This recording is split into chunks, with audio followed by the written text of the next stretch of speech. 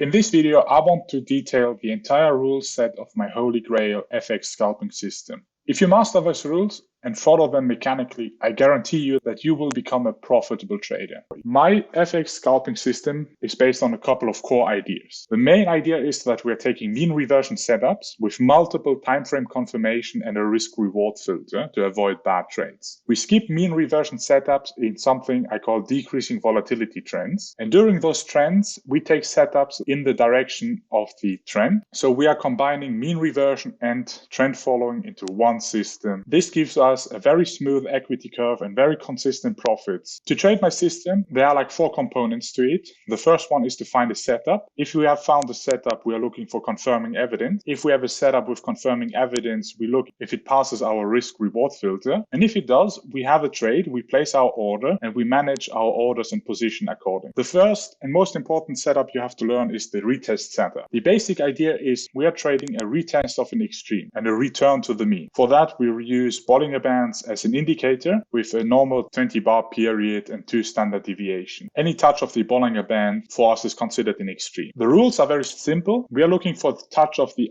lower Bollinger Band with 1 or more bullish candles, and a single bearish candle completes the setup. All of that without breaking the Bollinger touch. So how does this look like? We have here our chart set up, and we see we have like a couple of Bollinger touches here, another one here, but you see like this one broke, so we restart the count. And it broke again, and we're restarting the count again, and it broke. And now the next candle, we had a higher close, bullish candle, another bullish candle, and a lower close, all of them without breaking the Bollinger low. So this would be a retest setup. We would go place an order to go long above the setup candle, a stop loss just below the Bollinger extreme, and go for 1-to-1 to risk reward ratio. The same setup works as a short setup, just in reverse. So we are looking for a touch of the Bollinger Band high, 1 or more bearish candles or lower closes, and a single bullish candle completes the setup. What we are actually trading is a rejection of that extreme. And sometimes we do not get a clean setup, but there's a variation of this retest setup with a hammer candle or shooting star that also counts as a rejection of the extreme. So if we look very closely, this Bollinger touch and a lower close and another lower close, this is a shooting star, and this would be considered a complete setup already. So for example, this example is a bit cleaner. We have a touch of the lower Bollinger Band and a hammer candle here. And this would be a retest, also a retest setup because of the rejection of the low. For the hammer candles, we also have very clear black and white rules. A hammer candle is a candle where the close is in the upper half of the body. Exactly halfway through is not good enough. And the lower wick must be equal to or greater than 2 times the real body, which is the distance between open and close. So if we look exactly here, the real body would be open to close. It clearly closes in the upper half of the entire candle, and the lower wick is 2 times the size of the real body. And the other example here, this is a shooting star. So what we have here, we have a close in the lower half of the candle, and the upper wick is clearly more than 2 times the size of the real body. Hammer candles and shooting stars are just 2 sides of the same coin. It's really important to learn those definitions properly, because we are going to reuse them in many parts of the system. So how do we trade retest? We trade a retest if the setup was completed within 20 bars since the Bollinger Band touch. And the break of the extreme resets the pattern if it also touches the Bollinger Band. We place the stop below the extreme and above the setup candle, and we round to the nearest half pip. So we are not trading exactly on the high and the low of the candles with some distance to it, because we want the market to carry us into our trade with some momentum. Fundamentally, a retest is a mean reversion trade. So what happens in the market is that for some reason, the available liquidity in the market was overwhelmed. So that's why the price was pushed away from fair value. The retest confirms that this wasn't a breakout, and there are trapped traders who hoped for a breakout who are now looking to get out of those trades. And the price will go back to the mean, and we are going to provide liquidity to those trapped traders. Our P&L is basically our payment to help them get out of a bad trade. Usually mean reversion systems have a very high win rate, where you have lots of days with lots of small winners, but there's something called tail risk with mean reversion trading, and a few bad days have the tendency to blow up in your face. Because what happens is markets are in a trading range for most of the time, but when they start trending, mean reversion setups are going to kill your profit, kill your account, because every single setup looks perfect and every single setup fails. And this especially happens during something called a decreasing volatility trend. So decreasing volatility trends are a particular type of trend that have the tendency to just melt away and just go on and go on and go on. So for example, before the Corona crash, since 2008, the SP 500 was in a decreasing volatility trend. We had a couple of corrections and then it continued melting up and then changed a bit. How do we trade those decreasing volatility trends? We stop taking retest setups that go against the trend, and we only take them in the direction of the trend. And on top of that, we are also going to take hammer candles and shooting stars with a pullback. When do we know that we are trending? Those are the general rules for a trend, not for a decreasing volatility trend. We need a touch of the Bollinger Band, and within 20 candles, we have a candle that makes a higher high and a higher close than the Bollinger Touch candle. And if we make the highest close in the trend with a downtick in ATR, we are now in a decreasing volatility uptrend. So how does this look like in practice on the chart? So I have here the chart of the British pound to US dollar. Let's see. We have a touch of the Bollinger Band here. We have another candle, and this candle has a lower low and a lower close than the touch of the Bollinger Band. So now we would be in a trend. And in the next candle, this candle, we make the lowest close in the entire trend from this candle on a downtick in ATR. And now we are in a decreasing volatility trend. And we stay in this decreasing volatility trend until one of two things happen. We either break a pivot too high or we make the highest ATR in the trend. So the highest ATR in the trend would be this value here. And on this candle, we broke this value, and therefore we wouldn't be in a decreasing volatility trend anymore. The opposite is also true. So for an uptrend, we have a touch of the Bollinger Band here.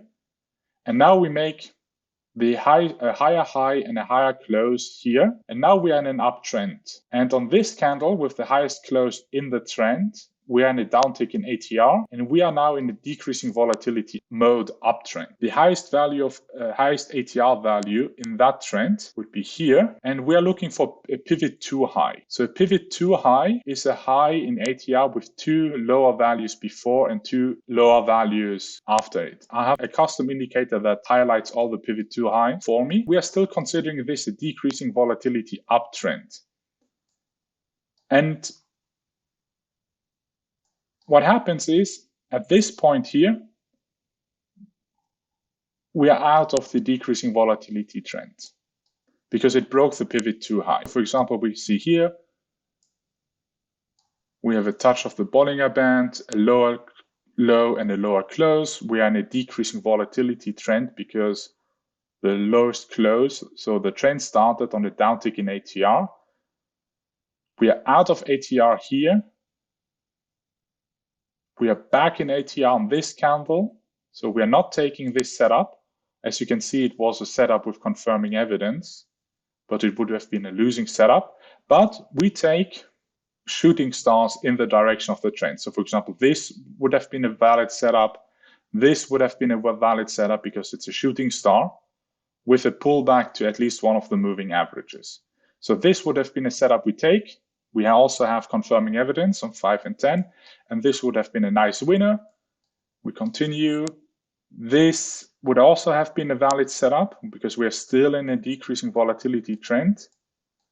All of those would have been valid setups, but the trades would not have been triggered. We are still in decreasing volatility mode, even though we have a touch of the upper Bollinger Band. We still continue going down. And what happened, sometimes you have to really look on the ATR values just to be sure. That's something you have to constantly monitor while trading the system, etc. So that's how decreasing volatility trends look like and work like in practice. So what you have to do while trading is you have to monitor in which state the market is in constantly and adapt it. For example, we have a touch of the Bollinger Band here, a lower low and a lower close here. This one wouldn't trigger decreasing volatility because we haven't made the lowest close in the trend. So despite it being a winning setup, we wouldn't have taken this trade here. And we would be in decreasing volatility mode from this candle on. So a trend stops if one of three things happens. We have not made the highest high or lowest low in 20 bars. We have touched the opposite Bollinger Band, or this is a more complicated rule. We crossed the moving averages. So for an uptrend, we need a close below the MAs, then a close above, and then a close below both of the MAs. And for a downtrend, it's the same, just in reverse. We have a close above the moving averages, a close below, and a close above. So this would look a bit like that. So for example, we are here in a trend.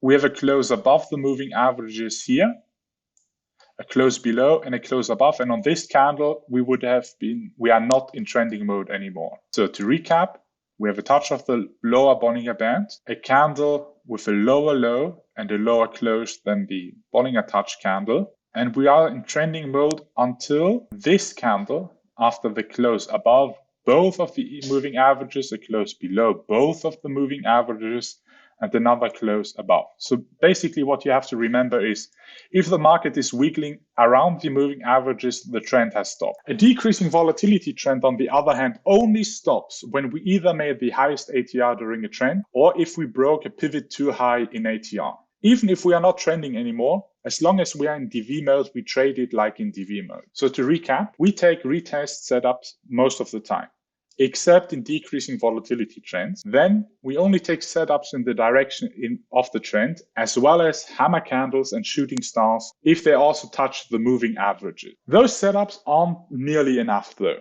We need higher time frame confirming evidence on both 5 and 10 in the direction of the setup to even consider it. There are 4 types of confirming evidence. Mix and match them up. So as long as you have one form of confirming evidence on 5 and another form on 10, it's a valid trade with confirming evidence. So we have Bollinger Touch, Bollinger Walk, a trend with a pullback, and obviously the decreasing volatility trend. And even if there are like multiple types of confirming evidence for a trade, we only consider the confirming evidence that is in the direction of our setup. So for example, a Bollinger Touch is pretty obvious. If there has been a touch of the Bollinger Band within 3 candles on the 5 or on the 10, we have confirming evidence. So for example, for this setup I showed you earlier, the retest setup with the hammer candle, the retest setup with the hammer candle, we also had a Bollinger Touch on 5 and a Bollinger Touch on 10. This is usually the most common type of confirming evidence you will see. So this is how the Bollinger Touch confirming evidence looks like. A trend with a pullback is also another type of confirming evidence. So if we have a long setup and we have a trend on 5 and 10 with a pullback somewhere to the moving averages, we consider that a form of confirming evidence. We use our usual definition of trend, and it doesn't have to be a full break of the moving averages. Close enough is usually good enough. That's something where you will have to use your experience and your discretion to do it. You can also just trade it if there was just only a full break of the moving averages. So for example, this short setup here, we have on 5 the trend definition starting here, and on 10 also the trend definition starting here and here. And where the setup happened, you can see it on TradingView with the crosses. We had a pullback to both of the moving averages. This sadly wasn't a winning trade, as you can see, but it was a valid setup, and it's a setup we are supposed to take. There's another type of confirming evidence we call Bollinger Walk. It's a strong type of trending confirmation. It's rare, but it's a really high probability. A Bollinger Walk starts with a close outside of the Bollinger Band, and it stops if the high or the low is inside the Bollinger Band. So for example, Bollinger Walk would start here, actually further up here, I haven't looked properly, and it would stay on all the way until the red candle here. That's how Bollinger Walk works. So this would be short confirming evidence. We can have the same setup just in reverse for the long confirming evidence. Decreasing volatility is also a type of confirming evidence, and a really strong one. And we use the exact same rule as on the 3-minute time frame. So it's absolutely crucial that you constantly monitor all 3 time frames for DV mode, mainly to avoid losing trades and to use it as a confirming evidence. So to recap, we need a setup, either mean reversion setup or in the direction of a decreasing volatility trend. And that setup needs to have confirming evidence both on 5 and 10 in the direction of the setup. So what's next? A good trade has a good risk-reward ratio. Risk-reward ratio doesn't mean the ratio between your entry, stop loss, and your target. If you try to short a decreasing volatility uptrend, your risk-reward ratio is high, you will always lose. As a rule of thumb, markets have an equal probability of making an equidistant move up or down. So markets markets do one of three things. They either go up, they go down, or go sideways. And in our trades, we want to cover 2 out of 3 possibilities. And this is how we achieve an almost 2/3 win rate. We only take setups with confirming evidence that match our risk-reward profile. To determine the risk-reward profile, we need to understand the market regime. Are we in a trading range or are we in a strong trend? And it's not the same as the decreasing volatility trend, and it doesn't really match our trending definition either. In a trading range, we take trades, but the take profit is either within the Bollinger Bands or below the highest high in 20 bars for a long trade, or above the lowest low in 20 bars for a short trade. So for example, a bad risk-reward ratio trade would have been this setup here. It's obviously a valid setup here. As you can see, the target would have been somewhere down here. So what we would bet on with this trade is a complete reversal of the market downwards. And as you can see, the market just went sideways and continued going on sideways. This is the type of trade we want to avoid at all costs. A good risk-reward trade despite strong trends, so I think everyone can agree this is a pretty strong trend, would have been this setup in the direction against the trend. We are not in decreasing volatility mode, so we are allowed to take trades against the trend, but the target was very short, very close to the moving averages. We won this trade just shortly after the pullback. Another type of trend we want to avoid would have been this setup here. This was a winner, but it's a bad risk-reward trade because we now have to bet on the market going up. We are betting on the market going in one particular direction. What we would have wanted is a trend,